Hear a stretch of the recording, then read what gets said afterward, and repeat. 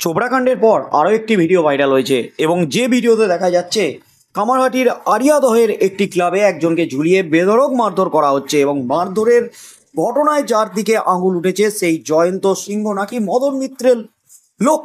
মদন মিত্রের নাম জড়িয়ে দিচ্ছে, মদন মিত্রের বিরুদ্ধে বিস্ফোরণ ঘটেছে রাজ্য রাজনীতিতে। অভিযোগের আঙুল উঠেছে মদন মিত্রের দিকে, তৃণমূল বিধায়ক মদন মিত্রের দিকে। আর মদন মিত্রের দিকে আঙুল উঠতেই বিস্ফোরক মদন মিত্রের দিকে আঙুল উঠতেই মদন মিত্র যা বললেন তাতে কিন্তু নতুন করে হইচই পড়ে গেল একেবারে রাজ্য রাজনীতিতে।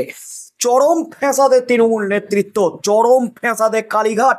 কারণ এই জয়ন্ত সিংয়ের সাথে একেবারে জড়িয়ে দিলেন তৃণমূল সাংসদ, বর্ষিয়ান সাংসদ সৌগত রায়কে। এই মুহূর্তের সবচেয়ে বড় খবর, সৌগত রায়কে নিশানা করে বিস্ফোরণ ঘটালেন মদন মিত্র।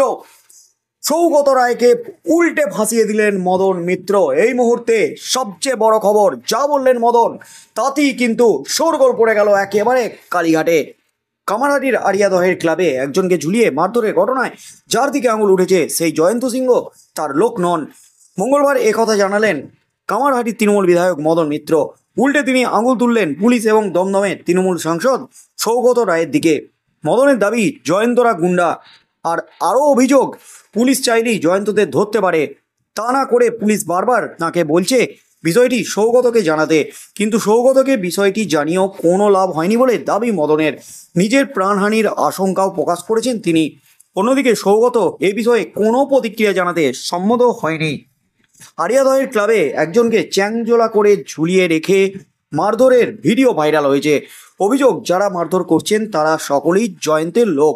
কামারহাটির তৃণমূল বিধায়ক মদনের ঘনিষ্ঠ বলে এলাকায় জয়ন্তরা পরিচিত।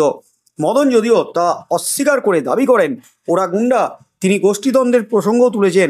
বিধায়ক জানিয়েছেন একটা দলের নেতা জয়ন্ত, একটা দলের নেতা রিন্টু বেআইনিভাবে পুকুর বুঝিয়ে প্রোমোটারিং নিয়ে তাদের সংঘর্ষ বাধে বলেও দাবি করেন মদন।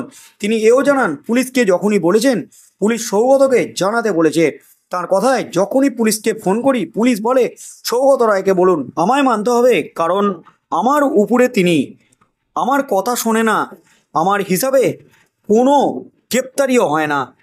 সৌগত বারবার বলেছেন আমি দেখছি। পুলিশকেও তোপ দেখেছেন মদন। নিষ্ক্রিয়তার অভিযোগ তুলে তিনি দাবি করেছেন পুলিশ পারে না এমন কিছু নেই। তার কথায় পুলিশ পারে না এমন কোনো কাজ নেই। পুলিশ মারতে পারে, পুলিশ রাখতে পারে, পুলিশ খুন রুখতে পারে, খুন করাতেও পারে, অথচ সাধারণ মানুষ গণধোলাই খাচ্ছে। মদনের এইসব মন্তব্য প্রসঙ্গে সৌগত আনন্দবাজার অনলাইনকে বলেন ও যা বলছে প্রতিক্রিয়া দেব না, যা বলছে বলুক। তৃণমূল দাবি করছে প্রকাশ্যে আসা ভিডিওটি 3 বছরের পুরনো। মদন জানিয়েছেন সে সময় তিনি কামারহাটির বিধায়ক ছিলেন না। তারপরেই তিনি প্রশ্ন তুলে বলেন পুলিশ সব পারে, অথচ সুবোধ সিংহ, অর্জুন সিংহ, জয়ন্ত সিংহ কেন ছাড় পাচ্ছে। তিনি এই 3 জনকে তালিবানি বলেও দাবি করেছেন। অর্জুনও পুলিশের দিকে আঙুল তুলে দায়ী করেছেন তৃণমূলের গোষ্ঠীদ্বন্দ্বকে।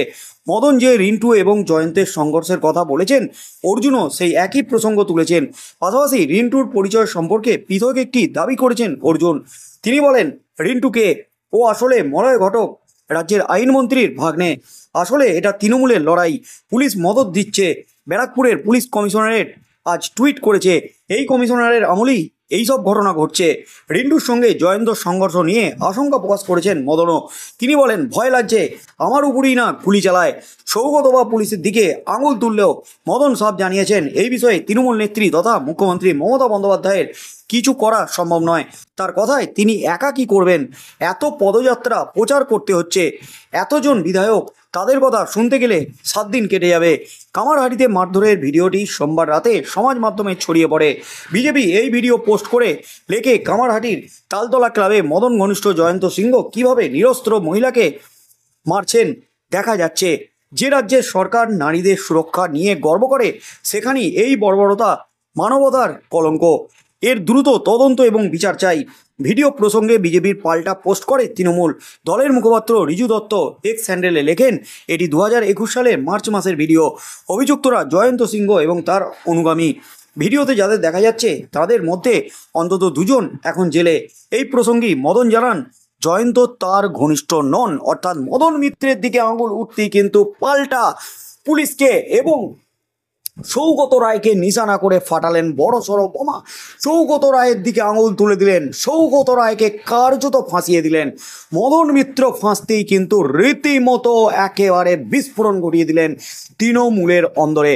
যেখানে পুলিশ মন্ত্রী স্বয়ং মুখ্যমন্ত্রী মমতা ব্যানার্জি সেখানে পুলিশের বিরুদ্ধেই কিন্তু অভিযোগ তুলে দিলেন, পুলিশ কেন গ্রেপ্তার করছে না, পুলিশ সব পারে। আর এই গ্রেপ্তারি না করার কারণ হচ্ছে সৌগত রায়।